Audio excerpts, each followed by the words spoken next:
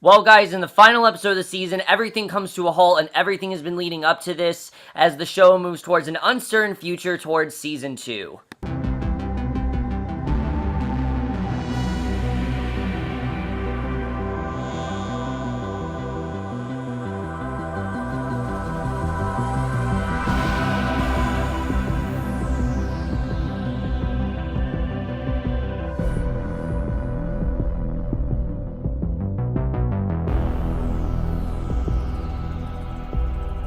Hey guys, Cameron for the season finale for Stranger Things, Season 1, Episode 8, The Upside Down, and I was so hyped for this episode, especially after Episode 7. Like I said, I think it's one of the best penultimate episodes I've seen in a long time. I honestly had no idea what was going to happen in this finale. I really didn't. I didn't know if by the end Will would be dead, if they would have found Will, if we would have ended on this cliffhanger. I mean, I had literally no idea what was going to happen. And you know what? I was perfectly fine with that because this show, something I think it's done so well is surprised me. Not a lot in this show has really been predictable. And I think that's something that this entire show I think can account for. And I have to say that this finale is exactly the same way. I had no idea what was going to happen in this finale, and all the better for it because I absolutely love this finale. By far the best episode I think this show has given us because, excuse me, really everything, all the, basically, the best way I can sum up this finale is that all the best elements of the, past 7 episodes we've gotten are all in this finale. And I think that's something they did so well here. There isn't really a major focus here because really every character is significant to the plot. And I really did love that. And I've always said, I mean, Joyce is kind of our main character, but I think everyone really is a main character in this story. But let's just get into this episode because there's a lot to talk about. A ton of shit happened. So many great scenes, so many great things. And Season 2, I mean, we'll definitely talk about that, but let's get into this finale first. So, after getting caught into the Hawkins laboratory, as you remember, Hopper and Joyce were apprehended by all of Brenner's government and things like that, and they're being interrogated by Brenner and his men. And I like the contrast between the way that Joyce responds and the way that Hopper responds, because Brenner reveals to Joyce that the scientists of the laboratory, they don't fully understand the monster's behavior, which is something I don't really think we've heard before, that they don't really understand it. And I mean, that all, I think, kind of goes back to the very first scene of the show. If you remember, the first scene was not Will being abducted. The first scene was a scientist running hopelessly away from the monster. That's what the first scene of the show was, and that's really what set things in motion. And that, I think, goes all the way back to that idea. And Brenner needs Joyce's help to stop the monster because she really is the only one that can help stop it, but she wants nothing to do with him. She's telling him to go to hell, and I like that she straight up says, look, you're the one that did this to my son. You were the one who put him in this way. Obviously the place where the monster is in his laboratory, so obviously he was the source of it all, and I like the way that Joyce really got angry. I definitely really did love that, and I mean, I think really as good as everyone's been, the standout of the show by far has been Winona Ryder, and I think scenes like this really do justify that. But we also see Hopper, he's actually budging a little bit. He's a little bit more open to some things. He's being interrogated. He literally reveals everything he knows about 11 and the laboratory's experiments, and basically shows that he's one step ahead of them. However, Brenner's men want to inject him with drugs, so it looks like Hopper is just a junkie who lost his mind and doesn't know what he's talking about. And what I love about this is that it goes back to the one thing I was most worried about with Hopper that they never did, and that was I always thought that when the show initially introduced Hopper, I thought, oh, he's just going to be another drunk guy who says a lot of things and is down spiraling, but no, Hopper was never like that, and that's something I think the show has done so well. It takes cliches that you expect them to go, and it completely changes it up, and I think that's something they did very well with Hopper, because Hopper has a reason to be this, drunk and things like that, and Hopper then makes a deal with the agents so that Joyce and Hopper can leave and find Will, and I think that was the perfect way to start things off. I definitely really did love that, but once they do that, Brenner and his men are on the move to go find 11, because obviously they want to track down 11, because that she's a big part of this, but just that scene in general, I think very well showed the idea of teamwork. I've said it before, the teamwork is a big component in the show, and you definitely do see that here, and I really did love that. So meanwhile, you have Nancy and Jonathan. They, of course, have gone off to find the monster, and I really did not think this was going to go well. They're wanting to end it once and for all. But I have to say, the way that they planned this out, I mean, it seemed like it was going to be a lot more successful than it was, because the two are armed with weapons. They set up a bear trap inside the buyer's house home to catch it, basically, because they feel that's the best way to do it, is by setting up this trap, they'll be able to apprehend the monster, because that seems to be the thing that can scare the monster away, is weapons and things like that. And I thought that was definitely very interesting. I like that they're not really afraid of the monster anymore. They're ready to face it. They're ready to come after it. And I thought just that in general, I definitely really did like. I thought that was really good stuff. There are some good scenes in this episode with the boys and Eleven, where you see that they're trying to figure out what to do, and they can't really do anything. They kind of just have to wait. And I like the way that Mike is the one that's giving them hope. He's saying, oh, this is going to go well. Just wait. We're going to get Will back. And I think it's just a very well done scene. I definitely really did like that. I think it was just a very good way to set up what ends up being the most intense episode the show has given us, the most heartbreaking episode the show has given us, and like I said, the overall best episode the show has given us. So Joyce and Hopper, they're setting off to find Will inside the Upside Down. They put on these special suits to protect their bodies from the toxic atmosphere inside the gates. And obviously, it's dangerous stuff, because there's toxins all around and things like that. So they have to put on these suits. And I like that we're reminded how 80s this is when we see how simplistic the suits are, which I really did love. Thought that was a very well done scene. But probably one of my favorite things about this episode is what they end up doing with Hopper, because we're reminded in this that we've known throughout the entire season that Hopper had a daughter who he lost, and we never really saw her. But finally in this finale, when they're on the search to find Will, now is finally the time to see Hopper reflect and recall memories of Sarah. And I loved these scenes. I thought they were so well done, because you get to see Hopper in a completely different way than we've seen throughout this entire season. Hopper is genuinely happy here. It feels good about himself. Hopper feels like a parent. He hasn't really felt that way, because he's lost that. He's lost that happiness in his life, when he was with his daughter, with his wife. And we see Sarah, she's having trouble controlling her breathing, and it's probably after she got the cancer. I don't remember what cancer she had, but as we know, Sarah did get cancer. Obviously, she lost her hair and things like that. And it's just little scenes like that I thought were very well done. I think it really provided such some great insight into Hopper's character. But it also shows how great David Harbour really is at this character, because him going from just having fun with his daughter to being extremely concerned about her, and just seeing the look on his face, I mean, it's heartbreaking, because this is the moment that changed his life forever. After this, nothing was the same. And it kind of reminds me of Fear the Walking Dead tried to do last night with Nick, where they tried to develop his character and put him in these scenarios. The difference is, with Hopper, we already know what he's gone through. We've already heard about the pain. We don't need to see the pain, because we are seeing the pain right now. The pain is in the present. This is us getting to see how he turned out to be that way, and also how he can relate to what Joyce is going through so well, and I definitely really did like that. So they're beginning to search for Will. Joyce and Hopper reach the upside-down version of Castle Byers, where Hopper makes a small stuffed tiger laying on the ground, which is interesting when we saw this. And the stuffed tiger triggers another flashback where the late Sarah is holding the same tiger when Hopper was ringing her in the hospital bed as she dies from cancer, which, again, very hard stuff to watch. Honestly, some of these scenes were very sad, but I think David Harbour just really nailed it in these scenes. I think he just did a really awesome job, and that alone was enough of a reason for me to really love what they were doing here, for us to really go in this direction where we're really, like I said, seeing who he really is, seeing what his life used to be like. I thought were very well done, and I think it's about time that we finally get some insight into that. So back at the Byers' house, Nancy and Jonathan are able to lure the monster into the house with their blood, which I thought it was crazy the way they did that, but it makes sense, because obviously, as we know, the monster wants blood, and they lead the monster toward the traps. The monster does not fall for it. The monster actually one step ahead of them, and that's something I like, is that the monster's not stupid.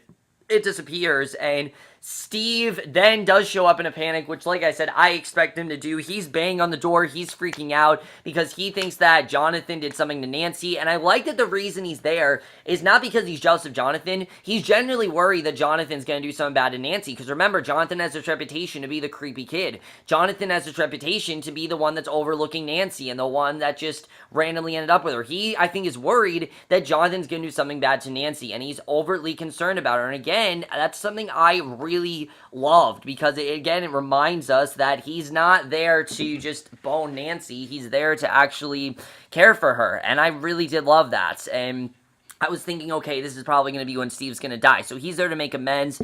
Nancy tells Steve to go home, but Steve bursts into the house, sees what's going on. He freaks out. Nancy pulls a gun on him, which I don't blame her for. Obviously, she doesn't want him to get involved in this, but she tells Steve to leave. He basically gets himself involved with this anyway. The lights flicker, signaling that the monster's coming back, and I love the tension throughout the scene because you know that the monster's there. You don't know where the monster is, but you know it's still there, and the monster then pins down Jonathan, almost killing him. I honestly thought that Jonathan was going to die in that scene, but Steve returns to the house. He assaults the monster with a baseball bat, with these like nails sticking out of it. Batting ram, I think is what you call it. But the three then lure the monster into the bear trap. They light the monster on fire. When the fire goes out, the monster's nowhere to be found. And what I love the most about that scene is that you really think, okay, this is going to be the end of Steve. Steve's probably going to die here. He doesn't die, though. Instead, he straight up saves them, which I thought was just genius. I love the way that was done, that Steve didn't die. He actually redeemed himself,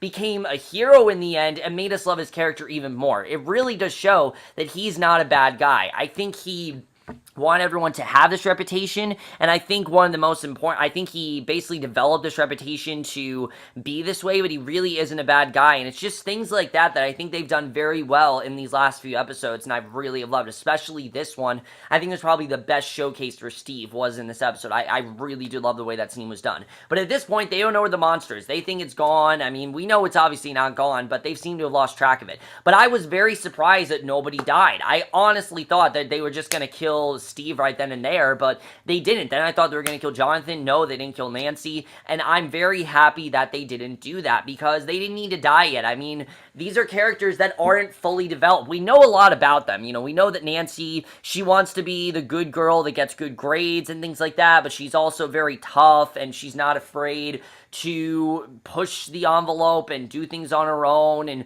she can do anything a guy can do. Then you have Jonathan, who's like the creepy one, but he's not as creepy, and he's actually a very shy kid, and you understand him. But then you also have Steve, who you thought was this big buffoon, and you realize he's really not that at all, and I really did love that. But these are three characters that still need time to develop, so I'm glad they didn't just kill him off. And, you know, a lesser show, I think, would have just killed off Steve. But a show like this, where they take so much time developing these characters as much as they take time with the action scenes, they need to keep Steve around, and I really did like that they did that. Thought that was a very well done scene, and they did a very good job of really surprising me. Again, this is a great example of how the show genuinely surprised me. That's something I really did love that this episode did.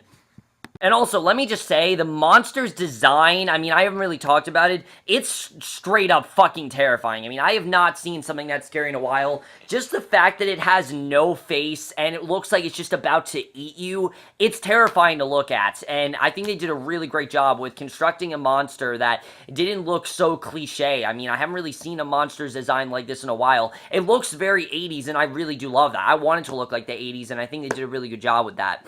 So Mike isn't talking with Eleven at the school where they're hiding out, and I really did like the scene with Mike because he basically tells Eleven that everything's going to be fine, his parents will take her in, she'll be like family, but he tries to explain to her that he doesn't want her to be like a sister, as he asks Eleven out to the dance and everything. He says that there's a cheesy dance that he wants to take her to, and he even kisses her in that scene to prove that he doesn't just think of her sister, he genuinely does care about her. And I mean, it was hinted definitely when he told Nancy he doesn't like her. I thought that was a very well done scene.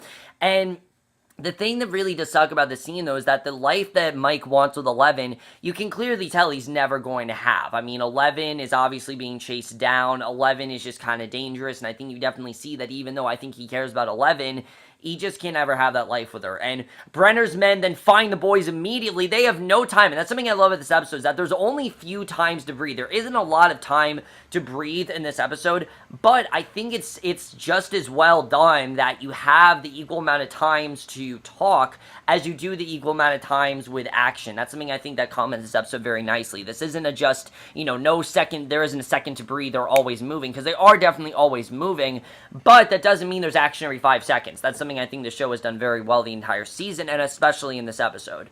So, Brenner's men find the boys, Eleven hiding in the school. The agents then corner them to the hallway, but Eleven used her powers to make the agents bleed from their eyes, which, that was crazy, but again, it reminds us how powerful she is, until they fall to their death. Literally, they all just die, And honestly, I'm fine with that because we didn't really know much about him. We weren't supposed to. And this drains Eleven so much that she almost just completely dies. I honestly thought Eleven was going to die there, but she won't wake up. The boys are helpless, and Brenner approaches, and the boys are captured, which was very crazy to watch that they're captured. And I love the scene where Brenner goes to 11, and it seems that Brenner, you can tell that he definitely thinks he's helping 11, where he's cradling 11 and saying, it's all going to be okay, I'm going to make it better, I'm going to take you to my lab, we're going to make this all better, all the bad stuff we're going to use for good, and I think it really shows us that to Brenner, everything he's doing is the right thing. He feels that everything he's doing, he feels the torture, he feels the,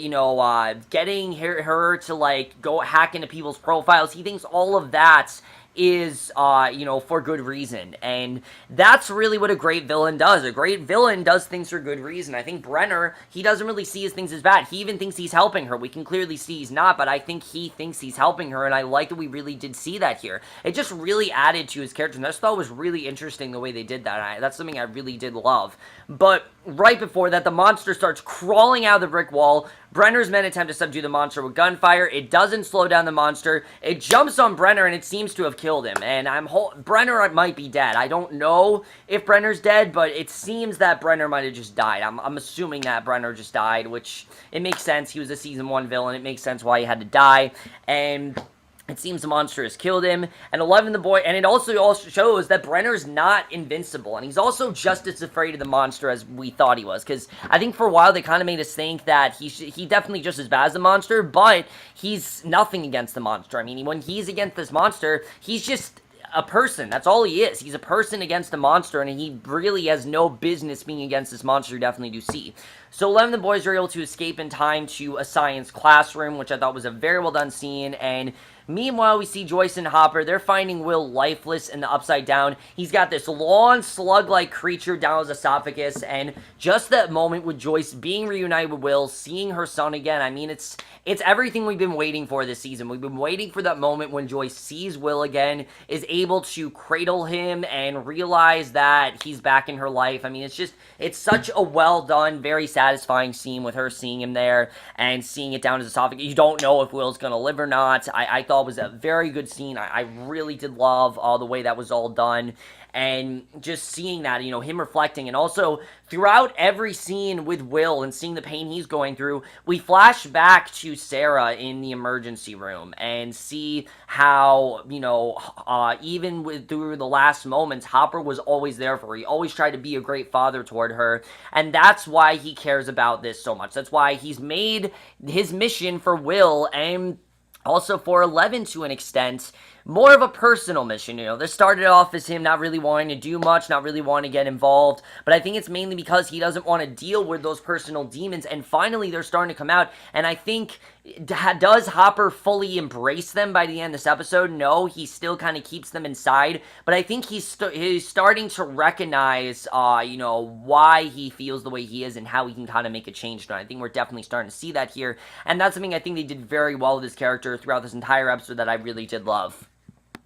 So back at the school, the lights start flickering as Mike attempts to talk to 11. Mike promises that he will go to the school dance with 11 as the monster storms in the classroom where Lucas takes out his slingshot to stop the monster. And I love that everyone's kind of doing something here. Mike's trying to keep everyone calm. Lucas is trying to take it out with a slingshot. And before the monster gets too close, 11 summons enough power to slow down the monster, pin it against the wall, and just that scene where 11 is facing the monster. Now, here's the thing. We've always known there's a connection between 11 and the monster. It's always seen that way. I mean, she's come in contact with the monster before. She even said that she is a monster, and I think the most important part of all of this is a quote in episode 6 where she says, "I am the monster is me. If you destroy it, it will destroy me too." And that is exactly what ends up happening in this next scene, which is devastating. It really is. It truly is very devastating. But what ends up happening is the monster gets too close. We see 11. She's summoning enough power to slow down the monster, pins it against this wall, and I love that 11 is the one that's powerful with the monster. And 11 looks back at Mike and realizing what she has to do, she says goodbye. She ends up sacrificing herself. Her and the monster turn to ash, and 11's dead. And I mean, I honestly, I did cry. I did cry during part of this scene, and it's not that part that I cried to, but I don't know. I kind of expected them to go in this direction where something bad was going to happen to 11. I didn't expect her to die, but I'm going to say right now, I don't think 11's dead. I really don't. I think she's only gone temporarily. I think she's gone from Mike's life, but I think she is still going to live on some way. I don't know how, but I think she is still going to live on. I think they've developed her enough, though, where if she is dead, I'm fine with it, because it was a very satisfying end to her character. And just seeing Mike, him crying, obviously, him trying to deal with what's going on, but him having to very slowly get over it, I think that in general shows how great the show is with grief, because something that a lot of these characters haven't been able to do is get over it, because Joyce has always known that Will's alive. Nancy's always thought that Barb was alive. However, 11 is dead, and that's something that Mike has to deal with, and I think it's going to be interesting to see how he deals with that come next season. But back in the Upside Down, Hopper and Joyce are trying to perform CPR on Will, and this was the scene that I cried, because we see Hopper's recalling a memory where he watched Sarah die in the hospital. The doctors try to use CPR to revive her, and Hopper's pounding on Will's chest, just hoping he wakes up, so that way Joyce doesn't have to suffer that same pain that he went through. And I think that's the real reason why they're showing this, because Hopper knows exactly what Joyce is going through, and he wants Will to live. He doesn't want Joyce to end up like he does. He knows that he's not someone to emulate, and that's something I've always really liked about Hopper. He knows he's a mess. He knows that there's really no way of fixing him until he decides to fix himself, and he doesn't really want to do anything. He is trying to stop anyone from becoming like him, because he knows the way he's turned out, and he's pounding on Will's chest to start his heart until he gasps for breath, and luckily Will's alive. It's this breath of it's a sigh of relief, and it's such a well done scene. Them realizing that Will's alive, Joyce realizing that this is all over, she finally has her son back, I thought was fantastic. I love the way that scene was done, and I love the scene where Will's then in the hospital, and we see Joyce, Jonathan, Mike, Lucas, and Dustin. They're all there, and Mike, Lucas, and Dustin, they fill him in on what's going on. I love the way to describe 11 and everything that had happened, and it just reminds us that this show started out with these 4 boys, and the show is supposed to be anchored by these 4. That's really what the show is about. It's about these 4 and the bond that they have and things like that, and I really did love that. I thought that in general was a great scene. It's one of the few things it's one of the many things I love about the show. So definitely really good stuff there, and I love Nancy slowly walking away, realizing that her role in all this is kind of done, and I think also come to the realization that she's not going to get Barb back, and even though they got Will back, she didn't really get Barb back, and they didn't really talk about Barb in the episode, but really that's because I think she knows that Barb is dead. She's not ready to face Barb's death yet, and I think she knows that her role in all of this, was to save Barb. She failed. She really did. She failed in saving Barb, and I think there's a reason why we don't see as much of Nancy at the end of this episode, because of the fact that Nancy is going to be dealing with this a lot more than Jonathan ever did, because again, Barb is dead. There is no hope for Barb. She seems to have been dead, and unless there's some sort of twist in Season 2, I'm pretty sure that Barb is dead, but we'll have to see how she deals with that, because that's going to be interesting. But then we see Hopper. He ends up leaving the hospital. He's stopped by a car, which signals him to get in. And we don't know what this car is or why he's going in it. But then we take a time jump, which I thought was actually very well done. I really like that we did take this time jump here, because now life is finally going on. Now that the will is found and now that everything seemed to have changed, things can finally move on, and there's a reason why I think the show hasn't really moved. If you've noticed, it's been very consistent. It's been, every episode's kind of followed the next. The scene that started off an episode goes right into the next episode, and that's something that they're kind of breaking here, because now we finally take a time jump after 8 episodes, and I love the way that this next scene is done, because the next scene we get is overtly familiar to the first scene we ever were introduced to with the 4 boys playing Dungeons and Dragons. They're playing in the basement and everything. The difference is that they're a little bit smarter, they're a little bit wiser. Some of them not so much. Dustin and Lucas are still kind of the same, but Mike is the big part of this, because Mike is still going on about nonsense and things like that, but he knows it's true, and he still has 11's basement fort set up, clearly misses his lost friend, and it's just really sad, because he knows that I think he kind of has this hope that he's still out there, that she's still out there, and that maybe he will be able to get her back at some point, but right now she's just temporarily gone. Like I said, I don't really think Eleven's dead. I think it's just a temporary thing, but Jonathan arrives. He picks up Will from the Wheeler home, and while Jonathan and Will are leaving, Nancy gives Jonathan a Christmas present, kisses him on the cheek, and Will opens the present in the car, revealed to be a camera, and I think this is a very good example of just really good characters coming full circle. This is exactly what it is with Nancy and Jonathan, because Jonathan started out as the kid that took photographs of her and was very creepy and creeped up on her with Steve and everything, but now it's reversed itself, where Nancy is the one that's shy, and Jonathan's the one that's more, out there and spoken and things like that, and a lot of people know about, which I think is interesting that we saw. I think Nancy's someone that's going to be a little bit shy. She's going to be a little bit to herself because there's something she's dealing with, and we don't really know how she's going to deal with it come next season. So I think it's going to be interesting to see what ends up happening with that. But I think it was a fitting end to her character for the season overall. We then see Hopper. He ventures out into the woods, and he places some waffles in the snow-covered box in the forest, probably for 11. We know 11's obsession with waffles and everything, which I actually heard a rumor that they might actually put 11 on Eggo waffles boxes, which that would just be genius if they did. I'd actually love that idea, but basically I think he's hoping that she's still out there, and I think it kind of gives us hope that she is still alive and that she is going to come back at some point. We don't know how, but she is going to come back, and I'm definitely looking forward to seeing what role she ends up playing in Season 2. I feel like for a while, 11's going to kind of be unknown where she is, but I think we're going to definitely see her again in Season 2. They're definitely not going to give her to someone that good. I mean, Millie Bobby Brown is a child prodigy. She really is. What she's been able to do this season is incredible. I think she's been the standout of the show by far. Either her or Winona Ryder, but I think Millie Bobby Brown, of everyone, she's really been the standout, and if they got rid of her, I really would be upset, because I think she's had maybe one of the best performances I've seen all year, and I really would be upset if they got rid of her, because they're getting rid of a really great actress who really just completely got in this role. I mean, she shaved her head and everything. If you guys see, there's a video of her getting her hair chopped and her not liking it at first, but then realizing she needs to embrace the character, and I think it's something Millie Bobby Brown's done so well, and I really hope they didn't just kill her off. I don't think they did. I feel like with someone like 11, they're not going to do that, and especially with something like Stranger Things, where it seems so obvious what they've done, they always surprise you.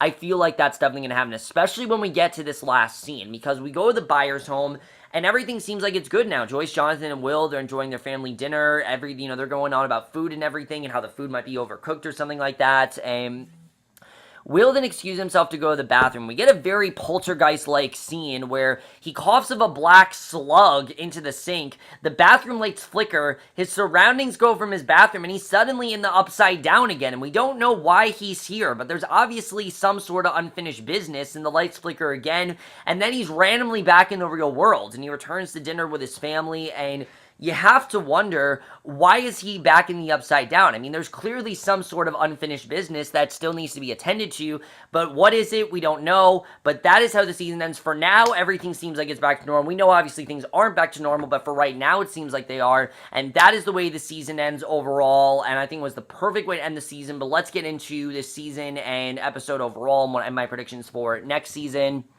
So overall, in my opinion, a perfect finale. I think it really had all the best elements of the show we have, between the emotion. There was actually some very good humor here, especially with Dustin, with him talking about wanting food, and then Lucas's kind of fun thing where he talked about Dustin fart. I thought that was kind of funny as well. Just childlike, whimsical stuff. I think the show does very well with youth and things. I think that's one of the biggest themes of the show. But like I said, I really did love this finale. But let's talk about this. Why is Will still seeing the upside down? There's obviously a reason why he needs to go back there. And I feel it's connected to one of two things. Either it has something to do with Barb and the fact that she's not dead and that he still can rescue her, or it has to do with 11, where somehow he's going to meet up with 11, and maybe 11's going to come back. It has to do with one of those two things, though, and I don't really know what's going to happen with that, but I think that's definitely going to be interesting. I definitely think someone's going to go missing in Season 2, and who I think that's going to be is Nancy. I think Nancy's probably going to be the next one to go. I think, she's lost Barb. She thinks Barb's dead. I think someone's going to want her. I don't think that the monster is actually dead. I mean, it seems like the monster's gone, but I feel like if 11 comes back, the monster comes back. So if we see 11 come back, that's definitely going to be a sign that the monster is going to come back. And especially that scene with Hopper putting those waffles into the snow, I think that's definitely symbolizing that 11 is definitely coming back, and I think we're definitely going to see that next year. So if 11 comes back, as we know, you can if you have 11, you need to have the monster. Those two forms will always be there unless someone destroys it, and it's kind of sad to see, but I think that's how it's going to be. That either it's 11 comes back, the monster's going to come back too, and I think that's definitely going to happen. We'll have to see what happens with that. But like I said, I think Nancy's the next one to go missing. We'll have to see what happens there. I think that's going to be interesting to see. Mike, I think, is really going to be the one that's going to take this very hard, because I think if Will tells him that he saw the Upside Down again, Mike will be someone that will want to go with him, because Mike, I think, will think this will be his opportunity to see 11 again, because I think he has this hope that 11 is still out there. Obviously, there were a lot of unfinished business between him and 11. He really did like her. She was someone that made him feel good, and she was someone that really just got him to put himself out there and not be this shy kid and not be this bully that, because, he's bullied by everyone except for Dustin and Lucas, and I really am looking forward to seeing what ends up happening with that. I think it's going to be very interesting overall. And then Hopper, I think Hopper, he's really going to start to come to terms with how he can turn his life around and how he can deal with this, because I feel like him realizing what happened with Sarah, I think is really going to put him towards he's going to definitely try to turn his life around, I think he's definitely headed in a more positive direction. I think it's definitely something we're going to see. And Joyce, I think in general as well, I think she's going to be a lot more calm next season. I think there's not going to be as much, watch her be like just as crazy the next season. I definitely could see that happening. I know I say that with a lot of shows, but then the complete opposite happens. I feel like it's going to happen because, like I said, it's a hard show to predict. It really is. I really couldn't ever predict anything that was going to happen in this show. I thought that Nancy was going to get abducted at some point. I thought Jonathan was going to get abducted. None of that stuff happened, and I'm glad that it didn't, because I think it just makes us more intrigued for a season 2. But if the show doesn't get a season 2, I'm perfectly fine with the way it ended. I will definitely say that, because it worked very well as an 8-hour movie, and that's something a lot of people have talked about, that it really has worked that way.